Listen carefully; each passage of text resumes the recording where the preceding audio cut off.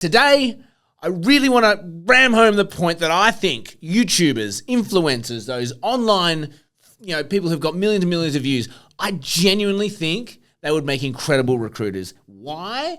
Because they are masters, absolute masters at engagement. They know how to get the attention of people. And that is what today's episode is about. How on earth can we take all the things that, MrBeast does or the Kardashians or whoever is online that you follow?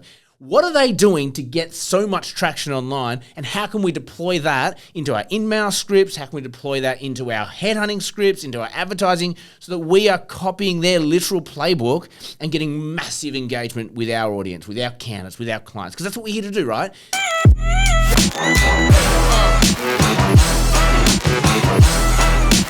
The bigger your engagement is, the more money you're going to make. And they've cracked that code. So why the hell can't we do that, right? So I've got 3 simple, but like when I say simple, stupidly simple tricks that they apply to their videos and methodology that we can actually apply to recruitment and the world of sales. And it's going to blow your mind. And if you start deploying this on your activities at your desk, I'm guaranteeing you're going to get an increase in response rate, an increase in engagement, and that's just going to open up your world and create more opportunities for you, okay? So let me just get stuck into it straight up. Like, we're not here to be YouTubers, right? We're not here to be influencers. That's not what we do as recruiters. We want to recruit, but that engagement piece, that's the piece that we get so wrong. At the crux of what we do, if our engagement goes up, our billings go up, right? So if you're sitting there going, my emails aren't working, my ads aren't working, I'm telling you now, we can apply some of this stuff, these 3 tips, and I reckon it's going to make it's going to move the needle in such a huge way. So let's get stuck in it. So what's the first thing that they do, right? So whether we're talking an InMail or an ad or a headhunt script or whatever, that opening line needs to be killer. Now that's faff in itself, because what does killer mean? There is some defined way you should structure that first sentence to really draw someone in. So they need to understand exactly what they're about to read. There needs to be an element of curiosity, enough curiosity that they need to scratch that itch. And I think if you can pave the way by saying there are, like what I've done, there are 3 key things we're going to go through, they're going to feel like, okay, I'm here for this, I'm curious about that, and I'm going to get 3 payoffs along the way to get the whole picture. Okay, so I'll give you some examples, and you can write these down, literally steal them verbatim if you want, right? So let's take an ad or a LinkedIn script. I always look at that first line that I need to capture them really quickly. And the best way to do that is to tap their curiosity. So I just made this up on the spot. I've never used this in my life, but I can tell you now it will work. And you just got to look at the structure of it rather than the words. Change the words to suit your market, and you'll see how this works, right? So think of this as an opening line, okay? There are 3 unique reasons why this senior engineer in Sydney quit their job and took a pay cut to join the firm down the road. And I'm guessing you would do the same. That is a powerful opening line. What have we said there? There's 3 unique reasons, right? So they already know that there's payoffs coming. We're talking to the senior engineer, so assuming you're reaching out to a senior engineer, that's them. You're talking straight to them.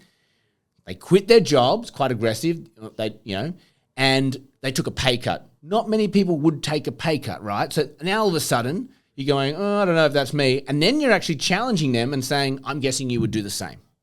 Okay? Now, I don't know what this is going to look like. I think that you could then pad that out and talk about, 1, there was a huge equity play. The company's here and you can use those 3 bullet points to however you wish, right? And I'm not saying you're going to say those exact same words every single time, but you get the gist. That as an opening line is super, super powerful. Let's talk about a Canvas script. Opening line for a Canvas script. Now you've got a candidate, you're trying to canvas him to the market. I understand you can't use this line with absolutely everyone, but here's an example of an opening line for a Canvas, okay? So this, hey client, how you going? Yep, good. Hey, look, just interviewed a senior engineer, and they have 3 defining characteristics that sets them apart from anyone I've ever worked with.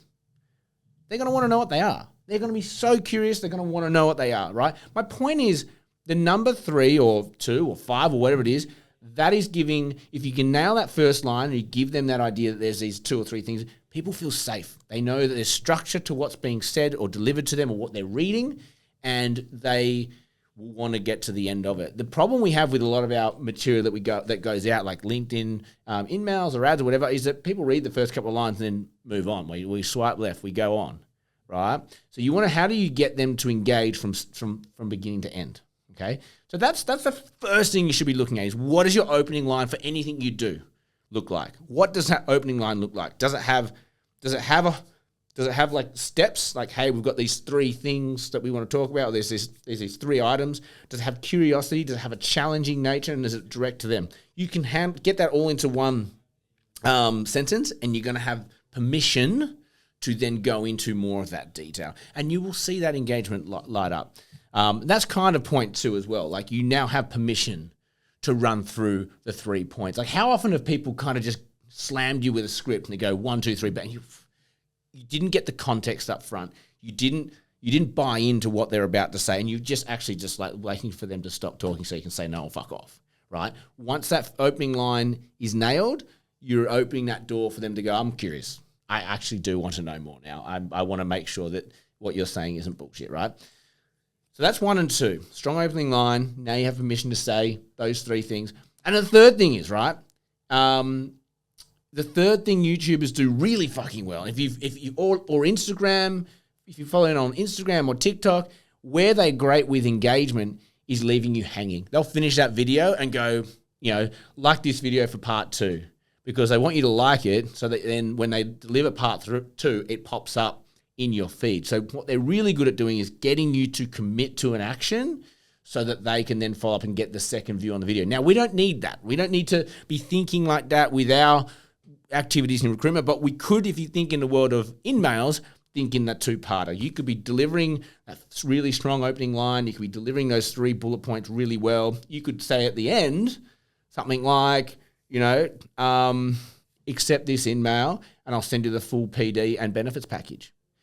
Then you've got like a real engaged shortlist to then target on the phone, right? As an example. So you could break up your messaging. I don't know how you would do it with ads per se, but they're the 3 things that YouTubers do incredibly well. 1, a great opening hook that paves the way for what they're about to say. 2, there's permission now to go through those 3 points. And then thirdly, they're great at capitalizing on the ending there to get you engaged, to like, share, click, subscribe, whatever, so you can get the next video, whatever. How can we apply that to our InMails so that we get them engaging with us, saying, actually, this is kind of half of interest to me. I'm kind of half curious. And I think through PDs and benefits packages, you can achieve something similar. So that's the episode, right? You're not a YouTuber. I want to leave you this. You're not a YouTuber, but you are competing for attention. In a world that is increasingly noisy, you are competing for attention. So it pays you absolute dividends to hone in on this skill. Hone in on those 3 things, okay? Structure your content. Structure your content the way a YouTuber would. You'll start pulling in more clients. You'll start pulling in more candidates instead of having to chase them, okay? Like, share, subscribe. It helps us grow. As always, have an amazing day. And may all your deals come true.